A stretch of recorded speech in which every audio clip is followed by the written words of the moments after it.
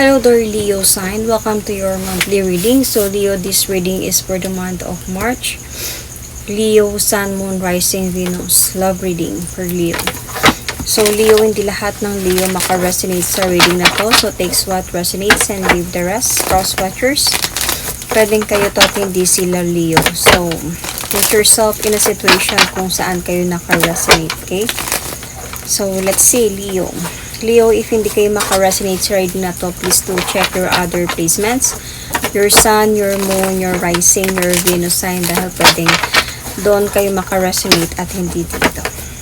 So, let's see. Leo, Sun, Moon, Rising, Venus. I'm going to do a Celtic cross spread for Leo. Anong pwedeng mangyari this month of March? What is happening right now? Let's see. Leo, Sun, Moon, Rising, Venus. So, merong umalis at this present situation. Oh. Okay. Leo, merong umalis at this present situation. Might be your person or you. Honestly, hindi naman nagugustuhan. I think feeling ko ikaw to. Like, hindi naman ginusto yung umalis, pero kailangan umalis. Para walang away, walang gulo. I think meron talaga ditong napagdesisyonan na hiwalayan. Kailangan natin maghiwalay or kailangan na natin maghiwalay dahil hindi na nagkakaunawaan, naging imbalance na yung connection dito, lumalabo na yung sitwasyon. Feeling ko this might be you, or you might also be dealing with the same fire sign, Aries or Sagittarius or Leo. So, but honestly, nakikita ko dito, you miss this person right now. Hindi ka nakakatulog sa gabi thinking about this person, about the situation, napapalaban ka sa mga nangyari sa hadlang. So, yung challenge ngayon,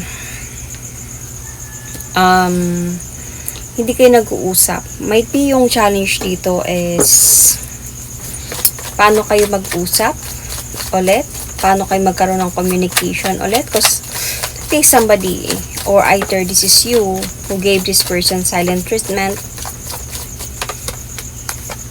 See? Paano kayo mag-uusap kung magiging cold na yung connection ninyo, or nagiging cold na yung connection ninyong dalawa? Paano kayo magkaroon ng new beginning? Will this person going to realize, or will this person going to have some enlightenment sa mga nangyari? Will this person will come back and offer you victory, new beginning? So, ito yung nagiging challenge dito. In the past.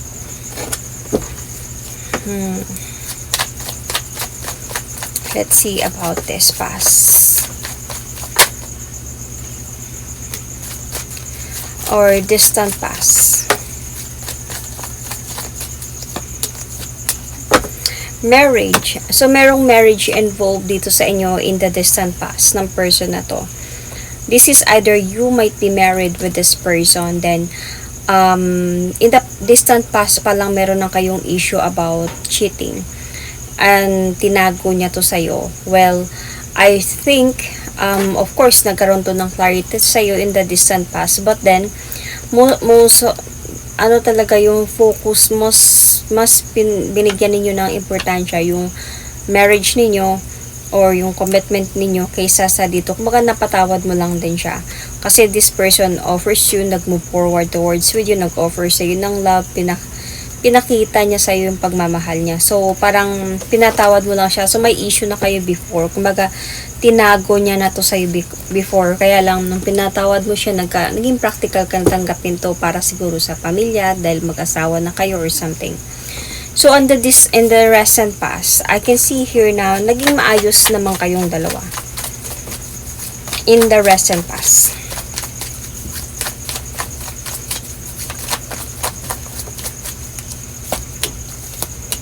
See? Naging maayos naman kayong dalawa. However, naging happy din kayo. But meron kasi dito na on your side, Leo, parang may inaantay ka sa taong ito. I think naghihintay ka na, I don't know, to pa rin yung pangako niya na maging responsible father ba siya or husband sa'yo, or iniintay mo na maging stable siya sa finances or something sa pamilya niya. Parang naghihintay ka dito tsaka parang nakikita ko na napagod kang mag-antay. Kaya you cut off the situation. So, naging imbalance yung connection ninyong dalawa dito. Nag-aaway kayong dalawa. And, kasi, meron kang gusto sa person na to, may pimagbago na hindi mo nakuha. Siguro, yung issue ninyo before, bumabalik siya. Ngayon, in the recent past, bumabalik siya in the recent past, though, andun sa point na nakikita ko naman na nagsasama kayong dalawa, pero feeling ko may mga overthink, may mga trust issue, tapos merong pa siyang pinangako sa'yo, kaya nga nagkabalikan kayo, tapos hindi natupad, hindi niya tinutupad, at naghihintay ka at parang walang nangyayari, at napagod ka sa kakahintay sa person na to, and you cut off the connection, you cut off the situation. So, parang andon sa point na itong recent past ninyo, though naging together kayo ulit, it's full of judgment na.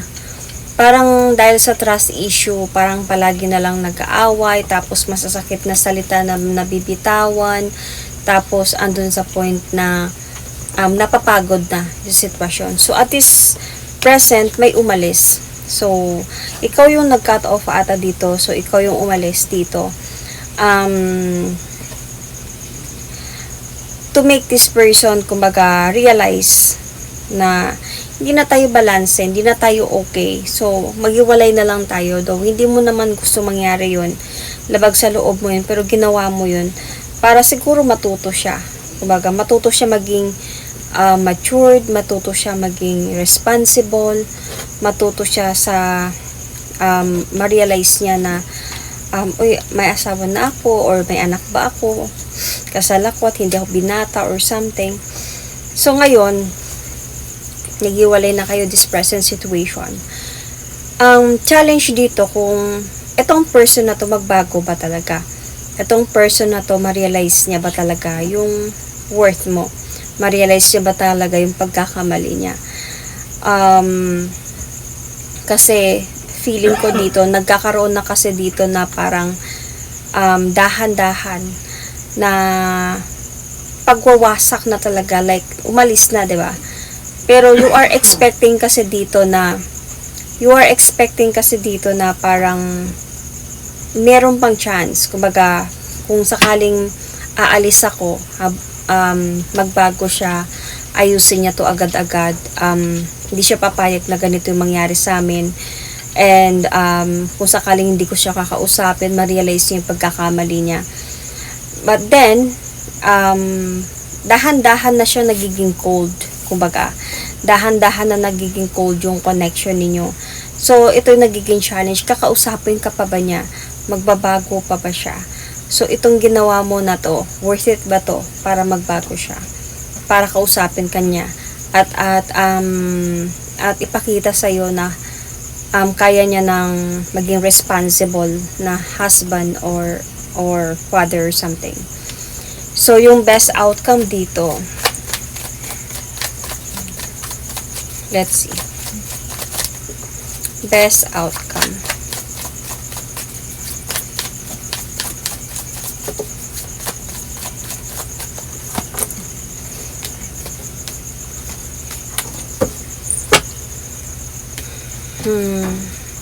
I think for this person, if this person really loves you, Then, gagawa siya ng action towards you. Gagawa siya ng action na magpapakita sa'yo na willing siyang magbago talaga. Kumbaga, kakausapin ka niya at isi-save niya yung pagsasama ninyo, yung marriage ninyo, at gagawin niya talaga yung responsibility niya sa'yo.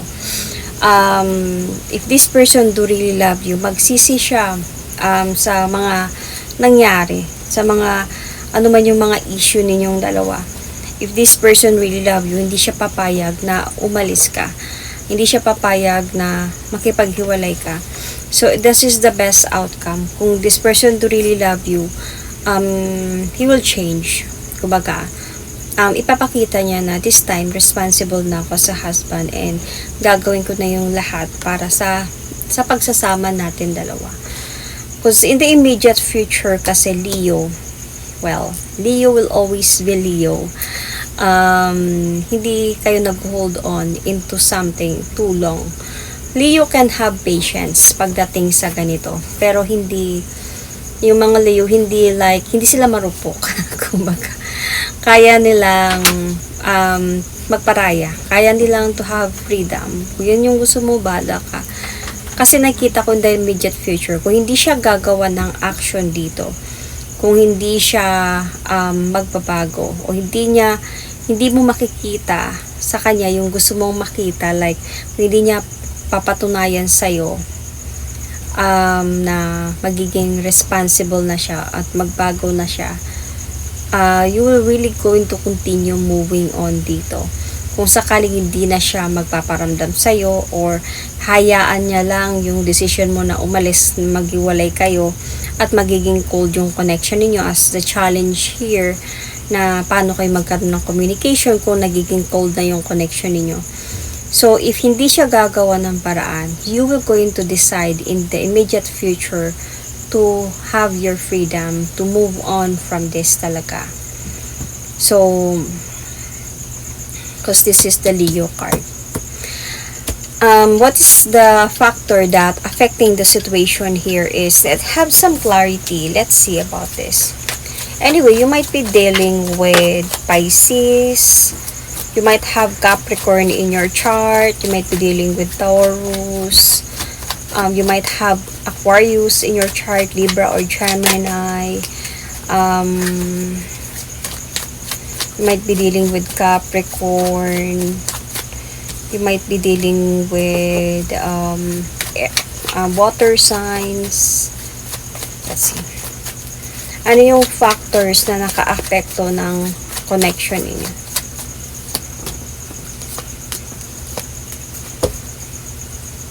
Alam mo, hindi ko actually nakita talaga dito yung third party.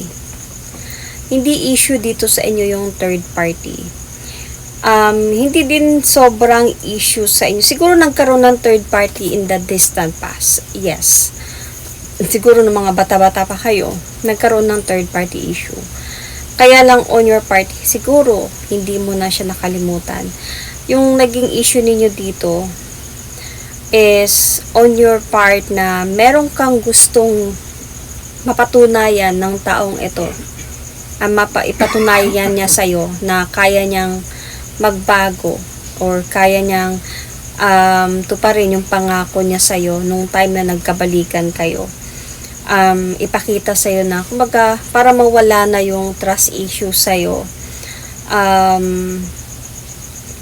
siguro maging responsible na father or maging responsible na husband, maging stable even, kasi feeling ko meron din kayong issue dito about money sa family niyo, sa pagsasama niyo. Pa may issue kayo about money at saka may issue kayo about might be career, might be sa trabaho, ganyan.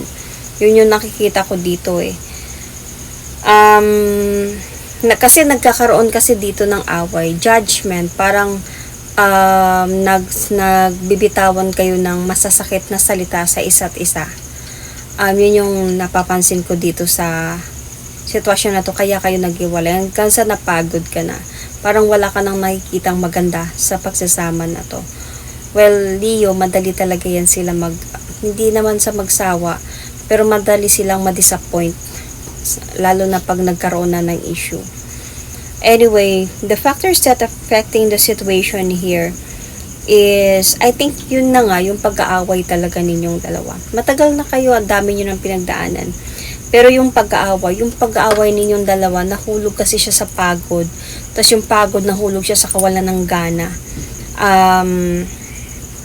So, dahil na nga din sa mga clarity, isa na dito yung nangyari sa distant past. May natukso, nagkaroon talaga ng clarity. So, even if your person did offer you new beginning, offer you love once again, and showing you the effort na in the recent past na kaya natin maayos to, giving you the harmony, the balance connection, but on your side, yes, you love this person, but on your side is like parang bumabalik-balik na to. Baka may Capricorn din sa chart mo, Leo with Capricorn moon, or Leo in the Capricorn rising ba, or Venus, or may Capricorn ba, malakas yung Capricorn sa chart mo sa Leo sign. Check your placement kasi, or might be any earth signs. Check your placement kasi hindi ka nakalimot sa mga nangyari sa nakaraan. Binabalik mo to at tinatapon mo to sa kanya. Kumbaga, na-judge siya na imbes na kumbaga, para sa kanya, wala na, hindi ko na ginagawa yun, nababalik yung issue every time na nag-aaway kayong dalawa. So, yung away ninyo, mas lalo siyang lumalaki. So, until sa parang napagod ka na yung nasabi ko kanina, from palagi nag-aaway, napunta sa pagod, napunta sa kawalan ng gana, hindi na na-appreciate yung relationship dito. So, because of some clarities na nga about issue, third party, something like that in the past. So, yung external influence dito, let's see.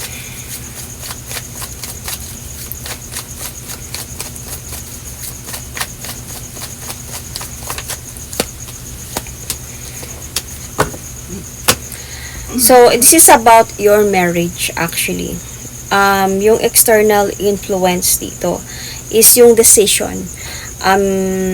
Decision na whether ayusin pa tong marriage na to, maglakas loob na maibalik sa dati yung pagmamahalan, magpaplano na maging masaya ulit yung marriage na to or hindi na.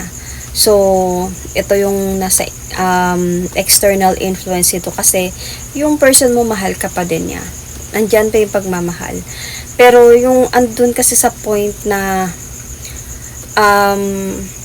on your part, hindi mo alam kung totoo pa ba tong mga ginagawa niya. Totoo pa ba, wala na ba talagang issue from that third party or meron pa na hindi niya lang sinasabi sa'yo. Ito yung pinag-aawayan ninyo dito. Isa pa, may issue pa about trabaho, may issue pa about money. So, kasi nakita ko may issue kayo about finances dito. So, parang nagka-mix-mix na yon, na-judge na sa isa't isa. And then, yung external influence, hindi na nakapag-decide kung whether pagpatuloy pa ba tong pagsasama na to or hindi na. Nako-confuse na actually, nabibigatan na sa sitwasyon. See? Judgment. So, yun yung nakikita ko. Judgment. So, yung pagsasama dito, yung new beginning dito, nakadepende talaga to sa desisyon ninyong dalawa. So, yung hope mo dito, you are hoping talaga na isa na nga dito, yung person mo na maging responsible siya na husband or partner sa'yo. And tutuparin niya yung mga pangako niya talaga sa'yo. So, feeling ko may pangako talaga to sa'yo na naman yung pangako niya sa'yo. Yun yung gusto mo, yun yung hope mo na sana matupad niya yun. Maipakita niya sa'yo yun. Naman yung goal niya para sa pagsasama ninyong dalawa. So, yung fear mo naman dito is, I can see here that yung pangako niya is mapapako lang. Kumbaga, yun yung fear mo, parang sinabi niya lang yon para bumalik ka lang sa kanya. Yun yung fear mo dito. At yung mga pangako na yun na baka hindi niya, wala talaga siyang balak to pa rin yun. Sinabi niya lang yun para bumalik ka in that issue ninyo in the distant past pa lang. So, yun yung hopes and fear mo dito. So, let's go for the outcome. Nakikita ko naman for the final outcome. Meron pa din naman pagbabalikan sa inyong dalawa dito eh. Pero, feeling ko, babalik pa din yung person mo dito. Pero, feeling ko, yung advice ko sa'yo dito, before ka bumalik sa kanya, kailangan talaga muna kayong mag-usap, magdesisyon sa pagbabalikan nito para hindi ka magsisi. Kasi there is a possibility na kung ano man yung magiging decision mo dito, there is a possibility kung mali itong magiging decision mo, kasi nandito ka sa immediate future eh. Sa immediate future, nagmo-move on ka na. Kumbaga, you are already having freedom sa sarili mo. Pero kung tatanggapin mo siya, kailangan pag-isipan mo ng mabuti yung decision mo. Kausapin mo siya ng masinsinan. At pag-isipan mo muna ng mabuti, okay pa ba na balikan siya or mas okay na mag-move on na lang talaga. Kasi there is a possibility pagsisihan mo to kung sakali man. So, babalik pa rin kasi talaga siya eh. Itong ngayon na issue ninyo, na hindi kayo nag-uusap and may challenge dito na and in giving space, magkakaroon pa ba kami ng communication nito kasi parang nagiging cold na. Parang tumatagal na parang walang nangyayari sa hiwalayan namin. But itong person na to, babalik pa din talaga siya. But the thing here is, hindi siya magbago. Yun pa din siya. Ganun pa din siya. May issue kayo about tukso, third party, meron pa din to. Kung may issue kayo about immaturity, nandyan pa din siya. And yung pag-aaway ninyong dalawa, hindi din siya mawawala. Kahit pa magkabalikan kayong dalawa. That will going to make you feel regret if ever man. So, kaya, if you're going to make a decision, make sure that your decision is firm at willing ka to take risk kung ano man yung mga pagdadaanan pa ninyo ulit. Or you will going to make decision na mag-move forward and mag-focus sa goal mo, sa sarili mo mismo. So, think before you decide.